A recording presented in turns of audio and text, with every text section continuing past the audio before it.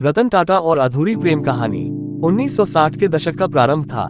रतन टाटा एक युवा और होनहार व्यक्ति जो उस समय अमेरिका में अपनी पढ़ाई पूरी कर चुके थे और वहीं काम भी कर रहे थे।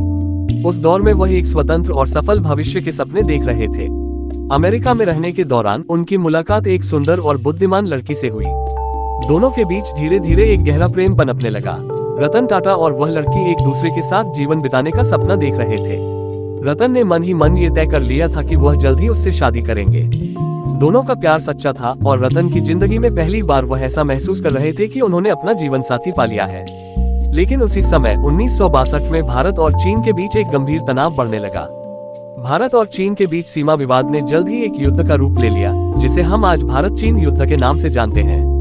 रतन टाटा को जैसे ही अपने देश की स्थिति के बारे में जानकारी मिली, उनके दिल में भारत लौटने की इच्छा जाग गई।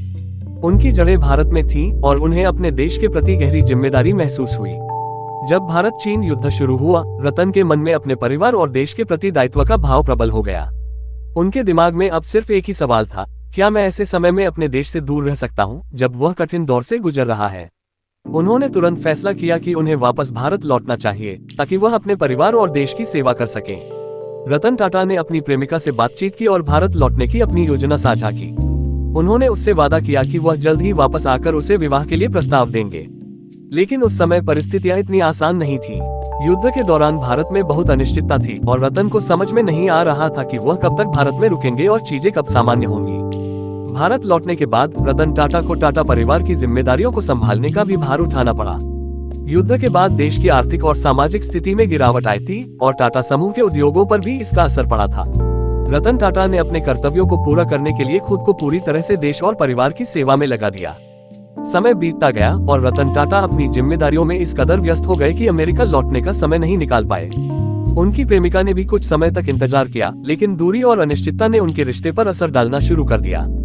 वह समझ नहीं पा रही थी कि रतन इतने लंबे समय तक क्यों नहीं लौट रहे और दोनों के बीच संवाद धीरे धीरे कम होने लगा। युद्ध की विभीषिका और देश की आर्थिक स्थिति ने रतन टाटा के कंधों पर भारी जिम्मेदारी डाल दी थी। उन्होंने अपने परिवार, व्यापार और देश के प्रति अपनी जिम्मेदारियों को प्राथमिकता दी। हालांकि उनके दिल में अपनी प्रेमिका के प्रति गहरा प्रेम था, लेकिन वह अपने देश और परिवार के प्रति अपने कर्तव्यों को नजरअंदाज नहीं कर सकते थे। कुछ वर्षों के बाद उनकी प्रेमिका ने यह महसूस किया कि रतन टाटा का लौटना अब शायद मुमकिन नहीं होगा। उसने खुद को आगे बढ़ने का फैसला किया और उनके रिश्ते का अंत हो गया। रतन टाटा के लिए यह एक कठिन समय था, लेकिन उन्होंने कभी भी अपने देश या परिवार के प्रति अपनी जिम्मेदारियों से पीछे हटने का विचार नहीं किया। उन्होंने अपने जीवन में कभी शादी नहीं की। उनका कहना था कि उन्होंने 4 बार विवाह करने का सोचा, लेकिन हर बार किसी न किसी वजह से वह फैसला नहीं हो पाया।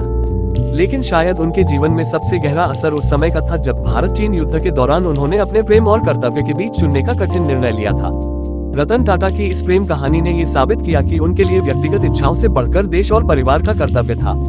उन्होंने अपने जीवन में कभी भी इस फैसले पर पछतावा नहीं किया, बल्कि इसे एक बलिदान के रूप में देखा जो उन्होंने अपने देश और परिवार के लिए किया। ये कहानी सिर्फ प्रेम की नहीं, बल्कि कर्तव्य, देश प्रेम और बलिदान की भी है। रतन टाटा का जीवन ये संदेश देता है कि कभी कभी हमें अपने व्यक्तिगत सुख से ऊपर उठकर समाज और देश के लिए बलिदान देना पड़ता है, और यही बलिदान हमें महान बनाता है।